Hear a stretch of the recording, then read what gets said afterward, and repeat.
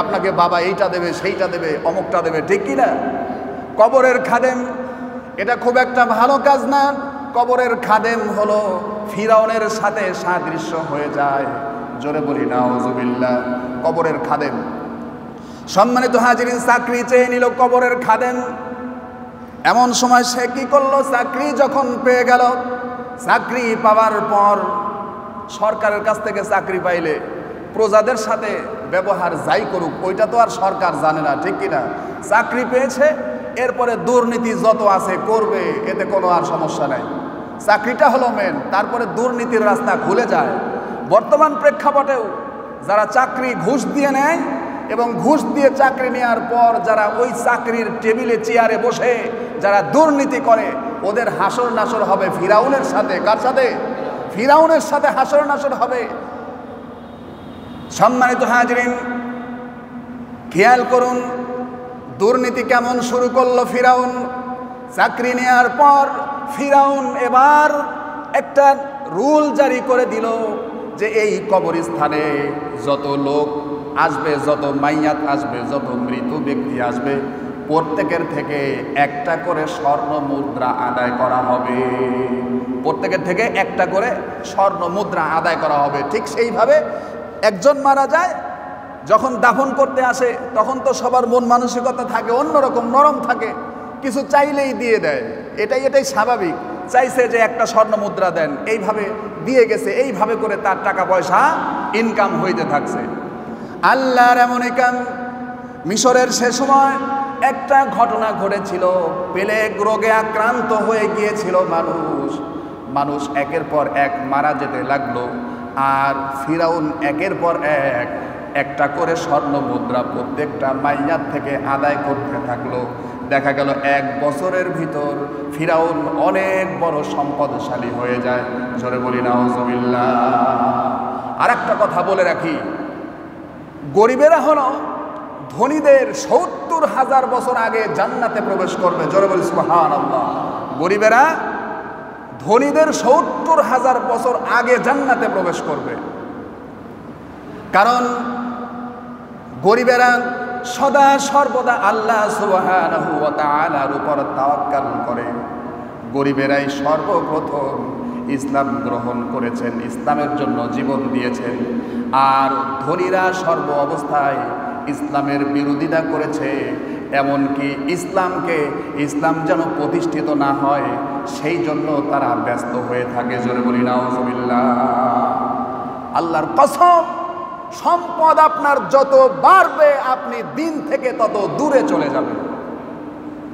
আল্লাহ রাসূলের একজন সাহাবী, ইতিপূর্বেও কথা বলেছিলাম, একজন সাহাবী আল্লাহ রাসূলের কাছে এসে বললেন, ইয়া রাসূলাল্লাহ, কিছু সম্পদ, আমার দিন চলে না, আমি খুব কষ্টে আছি, আমার সম্পদের জন্য আপনি একটু দোয়া করে দেন। আল্লাহর হাবিব বললেন, তুমি কি দুনিয়ার সম্পদ চাও? সাহাবী বলছেন, ইয়া রাসূলুল্লাহ, আমি দুনিয়ার সম্পদ চাই। আল্লাহ রাসূল দোয়া করে দিলেন, হাদিস থেকে শুনছেন, দোয়া করে দিলেন। আল্লাহর রাসূলের দোয়া কবুল হয়ে গেল। সাথে সাথে ওই ব্যক্তির সম্পদ আস্তে আস্তে বৃদ্ধি পেতে থাকলো। এমন সম্পদ বেড়ে গেল যে মদিনার এক বিশাল উপত্যকা, তার পুরো উপত্যকায় তার ছাগল, তার দুম্বা, উট দিয়ে পরিপূর্ণ হয়ে যায়। এত সম্পদ পেয়ে যায়। শেষ পর্যন্ত দেখা গেল ওই ব্যক্তির কাছে আল্লাহর হাবিব লোক পাঠালেন, যাও জাকাত নিয়ে আসো। কিন্তু ওই ব্যক্তি জাকাত দিতে এক পর্যায়ে শেষ পর্যন্ত যখন অস্বীকার করে ফেললো, এমনকি দেখা গেল ওই ব্যক্তি আগে 5 ওয়াক্ত নামাজ জামাতের সাথে আদায় করত, শেষ পর্যন্ত সম্পদ বাড়ার কারণে 5 ওয়াক্ত নামাজ তো দূরের কথা, জুমার নামাজটাও জামাতের সাথে পড়তে পারত না। সম্পদ বাড়ার কারণে সাহাবীদের একজনের মধ্যে এমন অবস্থা তৈরি হয়েছিল, যে ব্যক্তি 5 ওয়াক্ত নামাজ জামাতে আদায় করত, সেই ব্যক্তি সম্পদ বাড়ার কারণে জুমার নামাজটাও ছেড়ে দিয়েছিল। জোরে বলি না নাউজুবিল্লাহ। সম্মানিত হাজিরিন, যে কথা বলছিলাম, ফিরাউন বছরের মধ্যেই সম্পদশালী হয়ে গেল। সম্পদশালী হয়ে যাবার পর তার মনে মনে একটা আশা জাগলো যে আমি যদি এই মিশরের রাজা হতে পারতাম তাহলে বড়ই ভালো হতো। আর আল্লাহ তাআলা বললেন, ঠিক আছে ফিরাউন, তুই যা চাস আমি তোকে তাই দিয়ে দেব। আল্লাহ পারেন কিনা? আল্লাহ তাআলা যা ইচ্ছা করেন তাই পারেন। আল্লাহ তাআলা কাউকে ইচ্ছা করলে সম্মান দিতে পারেন, কাউকে ইচ্ছা করলে সম্মান নিয়ে নিতে পারেন। হায়াত দাতা আল্লাহ, সমস্ত ক্ষমতার মালিক হলেন আল্লাহ সুবহানাহু ওয়া তাআলা। সম্মানিত হাজরিন, আল্লাহ সুবহানাহু ওয়া তাআলা ফিরাউনের ক্ষমতা তার জন্য ব্যবস্থা করতে থাকলেন। হঠাৎ করে দেখা গেল মিশরের রাজপ্রাসাদের একজন মন্ত্রী ছিল। ওই মন্ত্রী যখন হঠাৎ করে মারা গেল, পেলেগ রোগে মারা যায়, এমন সময় ফিরাউনের আশা জাগলো মন্ত্রী পদে সে নির্বাচন করবে। আমাদের দেশে মন্ত্রী পদে নির্বাচন করে না, এবার মন্ত্রীর পদে নির্বাচন করবে। এবার হামানের কাছে বুদ্ধি চায়। হামান একটু শিক্ষিত ছিল, আর ফিরাউন একেবারে মূর্খ ছিল। ফিরাউন চলতো হামানের বুদ্ধি নিয়ে। ফিরাউন কার বুদ্ধি নিয়ে চলতো? হামানের বুদ্ধি নিয়ে চলতো। সম্মানিত হাজরিন, এবার খেয়াল করে দেখুন, ফিরাউনের ইচ্ছা জাগলো, আমি যদি মন্ত্রী হতে পারতাম তাহলে ভালো হতো। হামানের কাছে বুদ্ধি নেয়, ভাই কিভাবে মন্ত্রী হওয়া যাবে। এমন সময় হামান বুদ্ধি দিচ্ছে, ভাই বহু টাকা ইনকাম করেছো, এই টাকাগুলো অকাতরে দান করতে থাকো। যদি তুমি দান করতে পারো তাহলে জনগণ তোমাকে ভোট দেবে, ঠিক কিনা? যদি দান করো তাহলে জনগণ তোমাকে মোহাব্বত করবে, ভালোবাসবে, তাহলে তুমি জনগণের প্রিয় পাত্র হবে। ফিরাউন দান করতে থাকলো। কিতাবের মধ্যে এসেছে যে ফিরাউন সেই সময়ের প্রজাদের মধ্যে যে কর নির্ধারণ থাকতো, সমস্ত কর ফিরাউন নিজে 1 বছরের কর নিজে পরিশোধ করে সেই টাকাটা মিশরের রাজ দরবারে পরিশোধ করে দিয়ে আসতো। এতে কি হতো? মিশরের জনগণ ফিরাউনকে মোহব্বত করতে থাকলো, আর মিশরের রাজা যিনি ছিলেন তিনিও ফিরাউনকে মোহব্বত করলেন। এইভাবে করে যখন জনগণের যখন মোহাব্বত প্রথমে হাসিল করলো, হাসিল করার পর টাকা দিয়ে হোক পয়সা দিয়ে হোক জনগণের মন কেড়ে নিল, জনগণের প্রিয় পাত্র হলো। হবার পর নির্বাচন করলো, করার পর ফিরাউন মন্ত্রী পদে অধিষ্ঠিত হয়ে গেল। ফিরাউন মিশরের ফিরাউন ফকির থেকে মন্ত্রী হয়ে গেল। এরপরে কিছুদিন যাবার পর ফিরাউন মনে মনে ইচ্ছা করলো, যদি রাজা হতে পারতাম তাহলে বড়ই ভালো হতো। আল্লাহ তাআলা রব্বুল আলামিন কি করলেন? ফিরাউনের ওই সময় মিশরের রাজা যিনি ছিলেন তিনি মারা গেলেন। এমন সময় ফিরাউন নিজেই মিশরের রাজ দরবার, নিজেই ফিরাউন হয়ে গেল, মিশরের রাজ ক্ষমতা নিজে হস্তান্তর করে নিল, মিশরের রাজ ক্ষমতা নিজে আত্মসাৎ করে নিল, নিয়ে নিজেকে ঘোষণা করলো আমি আজকে থেকে মিশরের বাদশাহ। এমন সময় জনগণ তাকে আগে থেকেই ভালোবাসতো। ফিরাউন তখন মিশরের রাজায় পরিণত হয়ে যায়, তখন তাকে ফিরাউন উপাধি দেওয়া হয়। আসলে তার নাম কি ছিল? মুসায়েব অথবা রিয়ান নাম ছিল। এই ব্যক্তি যখন ক্ষমতা পাইল তখন তার নাম হয়ে গেল ফিরাউন। সম্মানিত হাজিরিন, ভালো করে খেয়াল করুন, ক্ষমতা পাবার পর প্রথমে পেয়েছে সম্পদ, তারপরে পাইল ক্ষমতা। ক্ষমতার সম্পদ দুইটা যখন এক হয়ে যায় তখন ওই মানুষ আর মানুষ থাকে না, তখন ওই মানুষের ভিতরে অহংকার চলে আসে।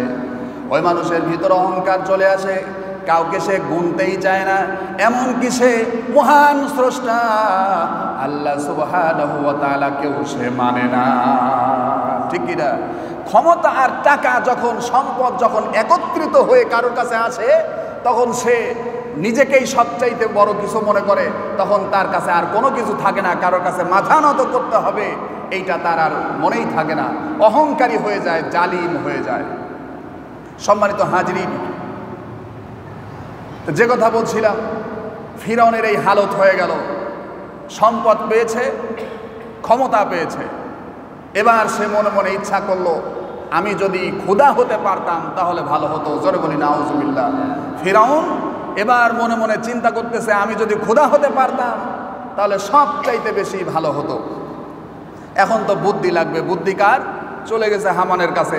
এবার হামান সেই ছোটবেলা থেকে ফিরাউনের সাথে, এখনো ফিরাউনের সাথেই আছে, বুদ্ধি নেওয়ার জন্য চলে গেছে হামানের কাছে। হামান এবার তাকে বুদ্ধি দিচ্ছে, তুমি যদি খোদা হতে চাও, তুমি যদি এই ধর্মকে পরিবর্তন করতে চাও, মানুষ, ওই সময়ের মানুষগুলো তখনও হযরতে ইউসুফ আলাইহিসসালাতু ওয়াসসালামের ধর্মের উপর তারা প্রতিষ্ঠিত ছিল।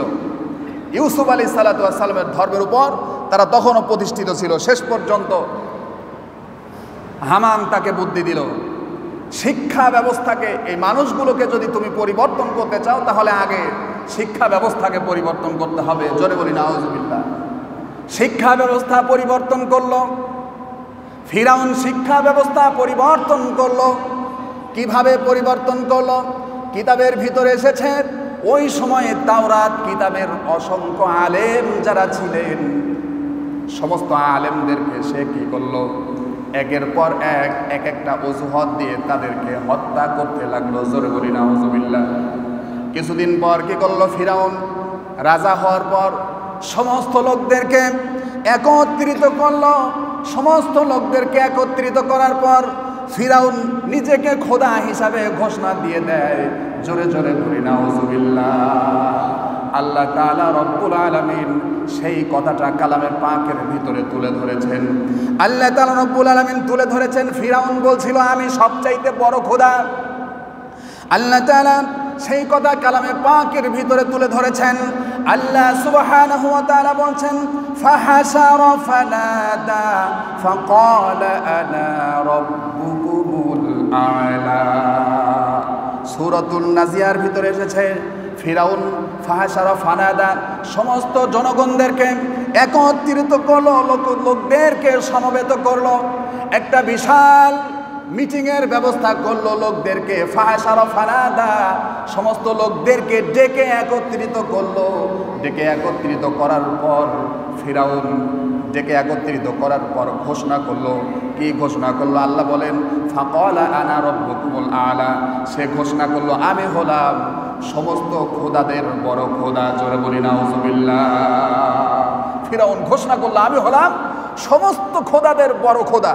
এখন দেখুন ফিরাউন এখানে এই কথা কেন বলল? সে তো সরাসরি বলতে পারতো যে আমি খোদা, কিন্তু সে তা না বলে বলল সমস্ত খোদাদের বড় খোদা। তার কারণ হলো ফিরাউন যখন খোদা দাবি করে তখন ফিরাউনকে বনি ইসরাইলিরা মানে না। বনি ইসরাইলিরা ঈমান এনেছিল ইউসুফ আলাইহিসসালাতু ওয়াসসালামের ধর্মের উপরে। বনি ইসরাইলিরা তাকে মানলো না, মানতেইছে না, কেউই তাকে মানে না। ফিরাউন ঘোষণা করলো এই যে তোমরা যে সমস্ত, আসলে ইউসুফ আলাইহিসসালাতু ওয়াসসালাম যে ধর্মটা প্রচার করেছিলেন বনি ইসরাইলিরা সেই ধর্মটাকেও বিকৃতি করতে করতে করতে করতে এক আল্লাহর সাথে শিরিক করতে করতে শেষ পর্যন্ত তারা দেবদেবীর পূজা করতে শুরু করে। জোরে বলি নাউজুবিল্লাহ। এই যে শিরিকটা, এটা যে মারাত্মক একটা গুনাহ, এই শিরিকটা আস্তে আস্তে ধর্মকে পরিবর্তন করে ফেলে। শিরিকটা ধর্ম যেভাবে আছে এই ধর্মটাকে বিকৃতি করতে করতে মানুষকে দেবদেবী, মূর্তি, সূর্য, হাবিজাবি এগুলোর পূজার দিকে নিয়ে যায়। জোরে বলি নাউজুবিল্লাহ। ঠিক আছে মধু সাহেব, ঠিক আছে। দেবদেবী পূজার দিকে নিয়ে যায় শিরিক থেকে। দেখবেন যে এক শ্রেণীর মানুষ আছে কবরের কাছে গিয়ে চাবে, গাছের কাছে গিয়ে চাবে। এরকম আজগবি একটা জিনিস। আমি একবার এক জায়গায় ভ্রমণে গিয়েছিলাম, যাবার পর দেখলাম যে একটা পাথর, ওই পাথরের উপরে নাকি কোনো নিয়ত করে দুধ ঢাললে নাকি তার সেই মনের নিয়ত আশা পূরণ হয়। জোরে বলি নাউজুবিল্লাহ। আলহামদুলিল্লাহ, সেখানে দাঁড়িয়েই সেই পাথরের বিরোধিতা করেছিলাম, কথা বলেছিলাম যে এই পাথরের উপরে দুধ কেন, মধুও যদি ঢালেন তবুও এই পাথরের ক্ষমতা নাই যে সে আপনার ভাগ্যকে পরিবর্তন করে দেবে। ঠিক কিনা? পাথরের কি ক্ষমতা আছে ভাগ্য পরিবর্তন করা? নাই। তা আলহামদুলিল্লাহ ওই সময় অনেককে এই কথা বলার পরে, এই শিরিকের বিরোধিতা করার পরে আলহামদুলিল্লাহ ওখানে অনেকগুলো মানুষ বলেছিল যে হুজুর আসলেই সত্য কথা বলেছেন, এতদিন আমরা যা করেছি ভুল করেছি। তওবা পরে তারা শেষ পর্যন্ত বলে যে এটা আমরা ভুল করেছি। জোরে বলি আলহামদুলিল্লাহ। সম্মানিত হাজিরিন, তো যে কথা বলছিলাম, শিরিকের কারণেই ধর্ম পর্যন্ত পরিবর্তন হয়ে যায়। শিরিক হলো সবচাইতে বড় গুনাহ। আল্লাহ তাআলা বান্দার সব গুনাহ মাফ করেন, কিন্তু শিরিকের গুনাহ কখনোই মাফ করেন না। শিরিক তওবা ছাড়া একেবারে খালেস নিয়তে তওবা না করে, শিরিক করার পর তওবা না করে যদি কেউ মরে, সোজাসুজি জাহান্নামে চলে যাবে। জোরে বলি নাউজুবিল্লাহ। শিরিক করার পর তওবা না করে যদি সে মারা যায় তাহলে জাহান্নামে চলে যাবে, জাহান্নামে হয়ে যাবে। সম্মানিত হাজরিন, যে কথা বলছিলাম, ফিরাউন কি করলো? আল্লাহ তাআলা বলেন ফাহাশারা ফানাদা ফাকালা আনা রাব্বুকুমুল আ'লা। সে বলল আমি সবচাইতে বড় খোদা। তার কারণ হলো ওই সময়ের বনি ইসরায়েলেরা নানান প্রকারের মূর্তি দেবদেবী পূজায় তারা ব্যস্ত ছিল। এটার কারণে ওরা মনে করতো এই মূর্তির ভিতরে শক্তি আছে, তারা আমাদের রব, তারা আমাদের খোদা। ফিরাউন চিন্তা করলো মানুষেরা যেহেতু এই সমস্ত দেবদেবীর পূজা করে, সুতরাং এরা তো আমাকে কখনোই খোদা হিসাবে মানবে না। তাহলে কি করা যায়, কি করা যায়? শেষ পর্যন্ত সে বলল ফাকালা আনা রাব্বুকুমুল আ'লা, আমি হলাম সবচাইতে বড় খোদা। অর্থাৎ এই যে দেবদেবী যেগুলো দেখো, এই দেবদেবীকে আমি নিজে ক্ষমতা দান করেছি। জোরে বলি নাউজুবিল্লাহ। চালাক কত! বলছে তোমরা যে মূর্তির পূজা করো, মূর্তিকে যে খোদা হিসাবে গ্রহণ করেছো। অনেক মূর্তি আছে না, একজন ভাগ্য পরিবর্তন করে, একজন ঘরের ভিতরে শান্তি দেয়, একজন ক্ষেত খামারে শান্তি দেয়, একজন ব্যবসা বাণিজ্যে উন্নতি দেয়, এরকম আছে না কত মূর্তি, হাবিজাবি মূর্তি আছে। আমি এই জায়গায় বসে ওগুলোর নাম উচ্চারণ না করাটাই উত্তম মনে করি। আছে না এরকম বহুত মূর্তি, তারা সেইগুলোকে আলাদা আলাদাভাবে গ্রহণ করেছে। কারণ ফিরাউন বলছে এই সবগুলো মূর্তিকে এক একটাকে আমি এক একটা ক্ষমতা দান করেছি।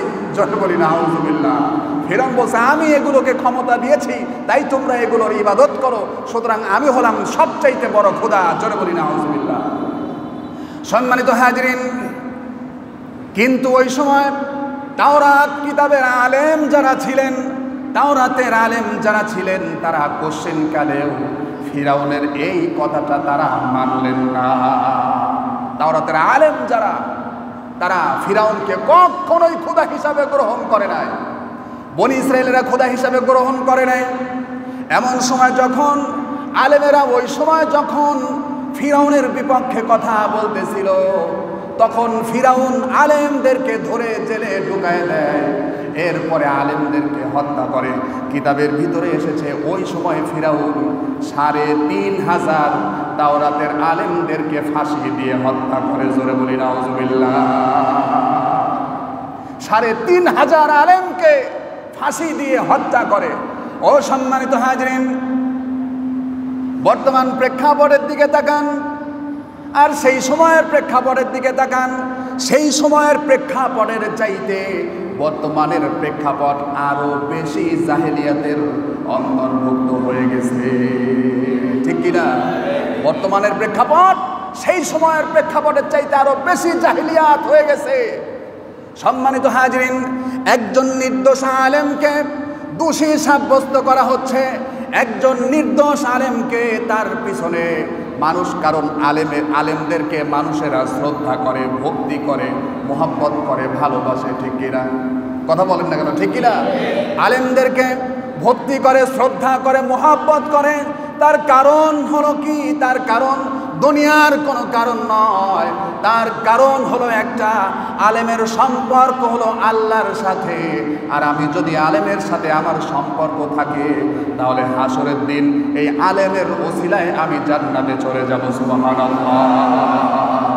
আল্লাহর হাবিব তাই বলেন, যার সাথে যার মোহাব্বত, তার সাথেই তার হবে হাসর নাসর, ঠিক কিনা?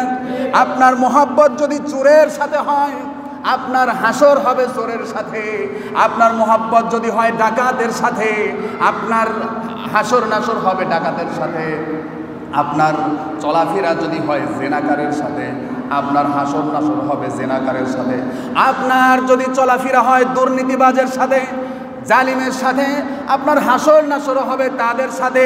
আপনি যদি ফিরাউনের আদর্শের অনুসারী হয়ে থাকেন, তাহলে আপনার হাসর নাসরও হবে ওই ফিরাউন জালিম গোষ্ঠীদের সাথে। ও সম্মানিত হাজিরিন, যে কথা বলছিলাম, মানুষেরা আলেমদেরকে ভালোবাসে একটা মাত্র কারণ, আলেমের সম্পর্ক হলো আল্লাহর সাথে, ঠিক কিনা? আলেমের সম্পর্ক আল্লাহর সাথে। কিন্তু এই শয়তান জালিম ফিরাউন কি করলো? দেখলো যে মিশরের তৎকালীন সমস্ত মানুষগুলো এই তাওরাতের আলেমদের কথা শোনে, ঠিক কিনা? তাওরাতের আলেমদের কথা শুনছে। সুতরাং এই তাওরাতের আলেমরা যদি বেঁচে থাকে তাহলে আমি এই ইসরায়েলি ধর্ম ইউসুফ আলাইহিসসালামের ধর্মকে কখনোই পরিবর্তন করতে পারবো না। শেষ পর্যন্ত ওই যুগে ফিরাউন ৩,৫০০ তাওরাতের আলেমদেরকে হত্যা করে। জোরে বলি নাউজুবিল্লাহ। সম্মানিত হাজিরিন, যে কথা বলছিলাম, আজকের জামানায় আলেমদের প্রতি মানুষেরা দুর্বল থাকে, কারণ আলেমের সম্পর্ক আল্লাহর সাথে, কোরআনের সাথে। তারা চায় আলেম থেকে হক কথাগুলো শুনতে এবং আমল করতে চায়। মানুষ আলেমদেরকে বিশ্বাস করে, আর এই বিশ্বাসের উপর তারা আঘাত হানার চেষ্টা করে জালিমেরা। ফিরাউন যেমন আলেমদেরকে হত্যা করেছিল, বর্তমান প্রেক্ষাপটেও এক শ্রেণীর লোক রয়েছে যারা আলেমদের পিছনে দোষ লাগিয়ে দেওয়ার চেষ্টা করে। আলেম একটা কাজে জড়িত না, তারপরেও তার পিছনে অপবাদ দিয়ে দেয়, ঠিক কিনা? আলেম এই কাজ করে নাই, এই কাজের কাছেও যায় নাই, তারপরেও তার চরিত্রের উপর দাগ লাগিয়ে দেয়। আছে এরকম? আলেমের চরিত্রে দাগ লাগিয়ে দেয়। হয়তোবা নারী কেলেঙ্কারি দিয়ে দেবেন, অথবা দুর্নীতি দিয়ে দেবে, অথবা সম্পদের দিক থেকে দিয়ে দেবে। বর্তমান প্রেক্ষাপটের সবচাইতে মারাত্মক একটা ব্যাপার যেটা হলো আলেমদের চরিত্রের উপর দাগ দেওয়া শুরু করেছে। তার কারণ হলো তাদের একমাত্র কৌশল হলো আলেমদেরকে জনগণ থেকে বিচ্ছিন্ন করতে হবে, ঠিক কিনা? আলেমদেরকে জনগণ থেকে বিচ্ছিন্ন করতে হবে, কারণ জনগণ থেকে আলেমদেরকে বিচ্ছিন্ন করতে পারলেই এই দেশে সব কিছু করা যাবে। এমনকি ইসলামকে পরিবর্তন করে তারা সেকুলারিজম এটা চালু করতে পারবে। জোরে বলি নাউজুবিল্লাহ, ঠিক কিনা? বিষয়টা তো এইটাই, কারণ হকের পক্ষে বাতিলের বিপক্ষে একমাত্র কথা বলেছে আলেমেরা, ঠিক কিনা? আলেমেরা যখনই হুঙ্কার দিয়েছে, সাথে সাথে মুসল্লিরা ঐক্যবদ্ধ হয়ে রাস্তায় নেমে গেছে, ঠিক কিনা? যখনই দেখেছে যে আলেম যত হকের পক্ষে থেকেছে, ওই আলেমের বিপক্ষে তত বেশি ধনাঢ্য ব্যক্তিরা লেগে পড়েছে, ঠিক কিনা? তত বেশি লেগে পড়েছে। আমিও যদি হক কথা বলি, বেশি দিন থাকা সম্ভব নয়। কথা বলেন না কেন? সুতরাং সম্মানিত হাজরিন, সুতরাং আপনাদেরকে সজাগ থাকতে হবে যে হক কথা আমরা যেখানে পাবো শুধুমাত্র শুনবো আর মনে করব যে হুজুরের কাজ বলা আর আমাদের কাজ শোনা। যদি এরকম মনে করি তাহলে হাসরের দিন জবাব দিতে হবে। সম্মানিত হাজরিন, যে কথা বলছিলাম, ফিরাউন কি করল? সেই সময়ের তাওরাতের ৩,৫০০ আলেমকে হত্যা করল। হত্যা করার পর ফিরাউন মানুষদেরকে তারপরেও পরিবর্তন করতে পারতেছে না। হামানের কাছে জিজ্ঞেস করলো, ভাই এরপরেও তো মানুষ আমাকে খোদা হিসাবে মানে না, এখন কি করা যায়? এমন সময় হামান বলে দিল, ভাই তোমাকে খোদা হিসাবে মানবে একটা কাজ যদি তুমি করতে পারো। ফিরাউন বলছে, ভাই কি কাজ? তাড়াতাড়ি করে বলো। হামান বলছে, আলেমদেরকে তো হত্যা করেইছো, এখন আর কোনো শিক্ষিত ব্যক্তি নাই, এখন সমস্ত প্রকারের শিক্ষা ব্যবস্থাগুলোকে বন্ধ করে দাও। শিক্ষা ব্যবস্থাগুলো যদি বন্ধ করে দেয়া হয় তাহলে মানুষ আস্তে আস্তে সব মূর্খ হয়ে যাবে। জোরে বলি নাউজুবিল্লাহ। এমনকি শিক্ষা ব্যবস্থার ভিতরে পরিবর্তন নিয়ে আসো। লিখে দাও যে গরু জবাই করে দেবদেবীর নামে কোনো গোস্ত, দেবদেবীর নামে কোনো পশুকে জবাই করলে সেইটার গোস্ত খাওয়া হালাল। আছেন এরকম? কথা বলেন না কেন? কয়েকদিন আগেই তো আমাদের পাঠ্যপুস্তকের মধ্যে লেখা হয়েছে দেবদেবীর নামে উৎসর্গকৃত প্রাণীর গোস্ত খাওয়া হালাল। জোরে বলি না আউযুবিল্লাহ। মুসলমানদের ধর্ম বইয়ের মধ্যে লিখে দিয়েছিল। সম্মানিত হাজরিন, দেখুন সেই যুগের ফিরাউনের সাথে মিলে যাচ্ছে। সম্মানিত হাজরিন, ফিরাউন কি করলো? শিক্ষা ব্যবস্থার পরিবর্তন আনা শুরু করলো। বর্তমান প্রেক্ষাপটেও শিক্ষা ব্যবস্থার মধ্যে এমনভাবে পরিবর্তন আনা শুরু হয়েছে যে বর্তমান প্রেক্ষাপটে শিক্ষা ব্যবস্থায় কি শিখছে? যৌনতা ছাড়া আর অন্য কিছু সেখানে শিক্ষার নাই, ঠিক কিনা? সেখানে শিখছে স্বাস্থ্য শিক্ষাকে কেন্দ্র করে বলছে যে স্বাস্থ্য শিক্ষা, শারীরিক শিক্ষা, এই সাবজেক্টের ভিতরে এমন সমস্ত নোংরামি বিষয়গুলো তারা অন্তর্ভুক্ত করেছে যা আমরা ইতিপূর্বে কখনো কল্পনাও করতে পারি নাই, ঠিক কিনা?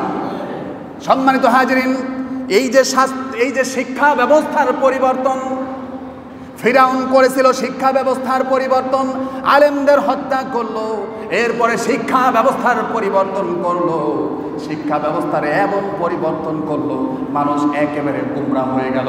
ওই যুগের যে ধর্ম ছিল মানুষ সেই ধর্মটা পর্যন্ত একেবারে ভুলে যায়। আজকের ইহুদি নাসারারা সেই ষড়যন্ত্র, সেই চক্রান্ত আমাদের ভিতরে করছে। বামপন্থীরা আজকে আমাদের শিক্ষা ব্যবস্থাকে পরিবর্তন করছে, শিক্ষা ব্যবস্থার ভিতরে খারাপ জিনিসগুলো তারা ঢুকিয়ে দিয়ে এই দেশের যুব সমাজকে তারা এবং ছাত্রছাত্রীদেরকে তারা একেবারে সয়লাভ করে দিচ্ছে, তাদেরকে ইসলাম শিক্ষা থেকে দূরে নিয়ে যাচ্ছে। আপনাদেরকে বুঝতে হবে, অন্যথায় ভবিষ্যৎ একেবারে অন্ধকার। সম্মানিত হাজরিন, ফিরাউন শেষ পর্যন্ত সে তার কি করলো, মানুষ যখন 40 বছর শিক্ষা ব্যবস্থা বন্ধ করে রাখলো। কত বছর? 40 বছর।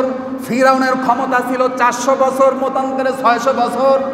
40 বছর যখন সমস্ত প্রকারের শিক্ষা ব্যবস্থা বন্ধ করে দিল, যে তোমরা পড়লেও পাস, না পড়লেও পাস, আছে না? পড়লেও পাস, না পড়লেও পাস, তোমাদের পড়ালেখার দরকার নাই, পড়লেও পাস, না পড়লেও পাস। সম্মানিত হাজরিন, এরকম ধাক্কা আমাদেরকেও একটা ধাক্কা দিয়ে গেছে। অটো পাসের একটা ধাক্কা আসছিল না? অটো পাসের একটা ধাক্কা লাগছে কিনা বাংলাদেশে? পড়লেও পাস, না পড়লেও পাস, এটা আমাদের দেশে একটা ধাক্কা দিয়ে গেছে। এবার খেয়াল করুন, ফিরাউন 40 বছর শিক্ষা ব্যবস্থা বন্ধ করে দেওয়ার পর সমস্ত মানুষগুলো যখন একেবারে মূর্খ হয়ে গেল, তখন ফিরাউন ঘোষণা করলো, আমি হলাম সব চাইতে বড় খোদা, আমি তোমাদের স্রষ্টা, আমি তোমাদের রব। শেষ পর্যন্ত কিবতীরা সকলেই মেনে নিল। তারপরেও বনি ইসরায়েলেরা ফিরাউনকে খোদা হিসাবে মানে নাই। কিবতীরা মেনে নিল, তারপরেও বনি ইসরায়েলেরা ফিরাউনকে খোদা হিসাবে মানে নাই। শেষ পর্যন্ত ফিরাউন কিবতীদেরকে নানানভাবে পুরস্কার, নানানভাবে উপঢৌকন তাদেরকে দান করতে থাকে, আর বনি ইসরায়েলি যারা তাদেরকে হত্যা করতে থাকে, তাদেরকে কষ্ট দিতে থাকে, এরকম করে তাদের উপর জুলুম করতে থাকে। আল্লাহ সুবহানাহু ওয়া তাআলা সেই কথাটা কালামে পাকের ভিতরে তুলে ধরেছেন, ইন্না ফিরআউনা আলা ফিল আরদি ওয়া জাআলা আহলিহা শিয়াআন ইয়াস্তাদআফু তাইফাতাম মিনহুম। আল্লাহ তাআলা রাব্বুল আলামিন বলেন, ইন্না ফিরআউনা আলা ফিল আরদ, আমি ফিরআউনকে দুনিয়াতে ক্ষমতা সম্পদ দান করেছিলাম, কিন্তু সে দুনিয়াতে আমার বিরোধিতা করলো, নাফরমানি করলো, সে আমার বিদ্রোহী হয়ে উঠলো। ওয়াজাআলা আহলাহা শিয়াআন ইয়াস্তাদআফু তাইফাতাম মিনহুম, এরপরে সে লোকদেরকে আলাদা আলাদা করে ফেললো, দলে দলে বিভক্তি করে ফেললো। মুসলমানদেরকে এক থাকতে দেবে না, এখন আছে না? মুসলমানদেরকে ঐক্যবদ্ধ হতে দেবে না, নানান প্রকারের ফিতনা দিয়ে মুসলমানদেরকে দলভুক্ত করেছে এখন। আর আগের যুগে ফিরাউনও এইটাই করেছিল। সেই যুগে ফিরাউন ওই সময়ের সমস্ত মানুষদেরকে আলাদা আলাদা দলে দলে বিভক্তি করেছিল। আল্লাহ তাআলা তাই বলেন, ওয়াজাআলা আহলাহা শিয়াআন ইয়াস্তাদআফু তাইফাতাম মিনহুম, তাদেরকে দলে দলে বিভক্তি করল। করার পর শেষ পর্যন্ত কি করল? তাদের ভিতরে থেকে যে দল তাকে মানতে চাইল না, সেই দলকে অত্যাচার করতে লাগলো, নির্যাতন করতে লাগলো। আজকে আমাদের অবস্থাও সেই রকম হয়ে গেছে। মুসলমান আজকে বিভিন্ন দলে দলে বিভক্ত হয়ে গেছে। কেউ অমুক তরিকার লোক, কেউ অমুক তরিকার লোক, আর একজন আর এক তরিকার লোক। আল্লাহর কসম করে বলি, আমি মুসলমানদের এই বিভাজনকে কোশ্চেনকালেও পছন্দ করি না। আমি চাই যে সমস্ত মুসলমান ঐক্যবদ্ধ হয়ে লিল্লাহি তাকবীর দিয়ে মাঠে নামবে এবং আল্লাহর রাজ দুনিয়ায় কায়েম হয়ে যাবে, ঠিক কিনা? আমি কোশ্চেনকালেও চাই না মুসলমান অমুক তরিকা, তমুক তরিকা, অমুক ফেরকা ও তমুক ফেরকা, এই 72 ফেরকাকে আমি পছন্দ করি না। সম্মানিত হাজরিন, সমস্ত মুসলমানদের ঐক্যবদ্ধ হতে হবে। আজকে সেই যুগে ফিরাউন যেমন ওই সময়ের সমস্ত মানুষদেরকে দলে দলে বিভক্তি করার পর যে তার বিপক্ষে কথা বলেছে তাকে সে ধরেছে এবং হত্যা করেছে, নির্যাতন করেছে। আল্লাহ তাআলা সেই কথা কালামে পাকে তুলে ধরেছেন, ইউদাব্বিহু আবনাআহুম ওয়া ইস্তাহয়ী নিসাআহুম ইন্নাহু কানা মিনাল মুফসিদিন। আল্লাহ তাআলা রব্বুল আলামিন বলেন, সে দলে দলে বিভক্ত করার পর যে তার কথা মানে নাই, তাকে কেমন অত্যাচার করত, নির্যাতন কেমন করত, তার সন্তানের ভিতরে থেকে তাদের পুত্র সন্তানদেরকে হত্যা করত আর কন্যা সন্তানদেরকে জীবিত রেখে দিত। আল্লাহ বলছেন, ইন্নাহু কানা মিনাল মুফসিদিন, সে হয়ে উঠেছিল সবচাইতে বড় ফ্যাসাদ সৃষ্টিকারী। জোরে বলি না আউযুবিল্লাহ। সবচাইতে ফ্যাসাদ সৃষ্টি করে এক বিপর্যয় তৈরি করে ফেলেছিল। আজকের প্রেক্ষাপটে ইহুদি নাসারারা, বেঈমান খ্রিস্টানেরা, নাস্তিকেরা আছেই তো, বিভিন্ন মিডিয়াতে বসে আছে না, নাস্তিকেরা বসে আছে, বসে থেকেই মুসলমানদের ভিতরে নানানভাবে তারা এক ইখতিলাফ সৃষ্টি করে দিয়েছে। আল্লাহ তাআলা বলেন, ওয়াতাসিমু বিহাবলিল্লাহি জামিআ ওয়া লা তাফাররাকু, খবরদার খবরদার, তোমরা তোমাদের ঐক্যকে বিনষ্ট করো না, তোমরা ঐক্যবদ্ধভাবে আল্লাহর রজ্জুকে আঁকড়ে ধরো। অথচ আজকে আমরা কি হয়ে গেলাম? আল্লাহ বলেন, ওয়ালা তাকুনু কাল্লাযীনা তাফাররাকু ওয়াখতালাফু মিন বা'দি মা জাআহুমুল বায়িনাত। আজকে আমরা দলে দলে বিভক্ত হয়ে গেলাম। বিভক্ত হয়ে যাওয়ার পর আজকে আমাদের উপর শুরু হয়েছে অত্যাচার, নির্যাতন শুরু হয়েছে। ফিলিস্তিনে মুসলমান মার খায়, অন্য মুসলমান কথা বলার সাহস রাখে না। এরপরে ভারতে মুসলমান মার খায়, কথা বলার সাহস রাখে না। শুধু তাই নয়, সারা বিশ্বে মুসলমান অত্যাচারিত, নির্যাতিত। এমনকি নিজের দেশেও মুসলমান অত্যাচারিত, নির্যাতিত। অথচ ইসকন, হিন্দু সম্প্রদায়ের ইসকনেরা, এরপরে খ্রিস্টানেরা মুসলমানের বিপক্ষে স্লোগান দেয়, এরপরেও তার কোনো বিচার হয় না। ঠিক না? কথা বলতে হবে। কিছুদিন আগে আমি একবার দেখেছিলাম যে চট্টগ্রামে ইসকনপন্থীরা হিন্দু, বৌদ্ধ, খ্রিস্টানদের ঐক্য পরিষদ, তারা বিভিন্ন আলেমদের নাম উল্লেখ করে করে বলেছিল, অমুক আলেমের গালে জুতা মারো তালে। জোরে বলি না আউযুবিল্লাহ। হিন্দু সম্প্রদায় ইসকনপন্থীরা ঐক্যবদ্ধ হয়ে মুসলমানের দেশে বাস করে মুসলমানের বিপক্ষে স্লোগান দিয়েছে, আর তুমি হালুয়া রুটি নিয়ে বসে থাকো। আজকে তোমার আমার অবস্থা, নানান প্রকারের ফিতনা ফাসাদ। এখনো আমরা বুঝতে পারলাম না যে আমাদের আসলে কি করা দরকার। ঠিক কিনা? সম্মানিত হাজিরিন, সুতরাং আপনাকে বুঝতে হবে, আপনাকে ঐক্যবদ্ধ হতে হবে। আপনাকে বারবার আল্লাহ তাআলা এই যে ফিরাউনের ঘটনা, সাদ্দাতের ঘটনা, নমরুদের কাহিনী, এগুলো এমনি এমনি বলে নাই। মানুষ তো তাদের সাথেই মিলে যাচ্ছে। ঠিক কিনা? সম্মানিত হাজিরিন, শেষ পর্যন্ত আল্লাহ সুবহানাহু ওয়া তাআলা চাইলেন, শেষ পর্যন্ত চাইলেন এই জালিমদেরকে শেষ করে দিতে। আল্লাহ তাআলা বলেন, ফাআখাযাহুল্লাহু নাকালাল আখিরাতি ওয়াল উলা। আল্লাহ শেষ পর্যন্ত জালিমদের পরিণতি কি করেন? দুনিয়াতে এবং আখিরাতে শাস্তি দিয়ে দেন। জোরে বলি নাউযুবিল্লাহ। দুনিয়াতে কি শাস্তি দেন? দুনিয়াতে শাস্তি দেন। দুনিয়াতেও শাস্তি পাবে, লাঞ্ছিত হবে, আখেরাতেও শান্তি পাবে, অশান্তি অর্থাৎ আখেরাতেও শাস্তি পাবে এবং লাঞ্ছিত হবে। দুনিয়াতে এরকম অসংখ্য জালিম যারা অত্যাচারিত হয়েছে, দুনিয়াতে যারা লাঞ্ছিত হয়েছে, আখেরাতেও যারা লাঞ্ছিত হবে, এরকম হয়েছে। সম্মানিত হাজিরিন, আল্লাহ সুবহানাহু ওয়া তাআলা চাইলেন যে বনি ইসরাঈলীদেরকে, যাদেরকে তারা দুর্বল করেছে, তাদেরকেই ক্ষমতা দিতে। এই পরিকল্পনা করে আল্লাহ সুবহানাহু ওয়া তাআলা হযরত মূসা আলাইহিস সালাতু ওয়াস সালামকে তার মাতৃগর্ভে প্রেরণ করবেন। এরপরে ফিরাউন হঠাৎ করে স্বপ্ন দেখলেন যে সিরিয়া থেকে একটা হঠাৎ করে আগুনের শিখা এসে মিশরের রাজপ্রাসাদ এবং কিবুতীদেরকে জ্বালিয়ে পুড়িয়ে ছারখার করে দিচ্ছে। এমন সময় ফিরাউন সমস্ত গণকদেরকে ডাকলো। ডাকার পর বলছে যে এই স্বপ্ন দেখলাম, এই স্বপ্নের সঠিক তাবির যদি তোমরা করতে না পারো তাহলে তোমাদেরকে কতল করা হবে, হত্যা করা হবে।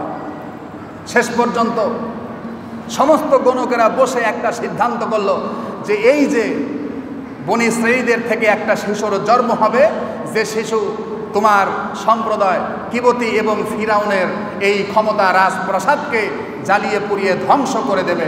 জোরে বলি সুবহানাল্লাহ। ফিরাউনি সম্প্রদায়কে জ্বালিয়ে পুড়িয়ে ছারখার করে দেবে। এই স্বপ্ন যখনই তাবির করেছে, আগে তো ফিরাউন যাই অত্যাচার নির্যাতন করছে, স্বপ্নের এই তাবির করার পর ফিরাউন বনী ইসরাঈলদের উপর আরও উঠে পড়ে লাগলো, ঘোষণা করে দিল যে বনী ইসরাঈলদের কোনো শিশু পুত্র সন্তান দুনিয়াতে কেউই বেঁচে থাকতে পারবে না, সমস্ত পুত্র সন্তানদেরকে হত্যা করা হোক। জোরে বলি নাউজুবিল্লাহ। এক মুহূর্তের মধ্যে 40,000 বনী ইসরাঈলী শিশুদেরকে ফিরাউন হত্যা করেছিল। জোরে বলি নাউজুবিল্লাহ। এরপরেও আল্লাহ তাআলা যেটা চেয়েছেন, মূসা আলাইহিস সালাতু ওয়াস সালাম দুনিয়ায় আসবে, ফিরাউনের ধ্বংস হবে, এটা আল্লাহ তাআলা চেয়েছেন, সেটা হয়েছে। মূসা আলাইহিস সালাতু ওয়াস সালামের দুনিয়াতে আগমন করা এটা কেউ ঠেকাইতে পারে নাই। যেমন ইব্রাহিম আলাইহিস সালাতু ওয়াস সালামের দুনিয়ার আগমনকে নমরুদ ঠেকাইতে চেয়েছিল, পারে নাই। অনুরূপভাবে মূসা আলাইহিস সালাতু ওয়াস সালাম দুনিয়াতে আসলেন, কিন্তু ফিরাউন ঠেকাইতে পারে নাই। জোরে বলি সুবহানাল্লাহ। জালিমদের এভাবেই ধ্বংস হবে। আল্লাহ সুবহানাহু ওয়া তাআলা আমাদের সকলকে ঐক্যবদ্ধভাবে চলার এবং থাকার তৌফিক দান করুক, সকলে বলি আমিন। আর বিশেষ করে আমাদের শান্ত মারিয়াম ফাউন্ডেশনের সম্মানিত চেয়ারম্যান মহোদয় হজে গিয়েছিলেন, তিনি হজের থেকে ফিরেছেন। আল্লাহ সুবহানাহু ওয়া তাআলা তার হজকে কবুল করুন এবং তার প্রতি খাস রহমত বর্ষণ করুন এবং তাকে দিনদার পরহেজগার এবং তাকে নেক হায়াতে তয়্যিবা বুলন্দ করে দিন। চেয়ারম্যান স্যার আপনাদের কাছে দোয়া চেয়েছেন, আপনারা খাস করে তার জন্য দোয়া করবেন। আল্লাহ সুবহানাহু ওয়া তাআলা তার শরীরকে যেন সদা সর্বদা ভালো এবং সুস্থ থাকার তৌফিক দান করুন, সকলে বলি আমিন। ওয়া আখিরি দাওয়ানা।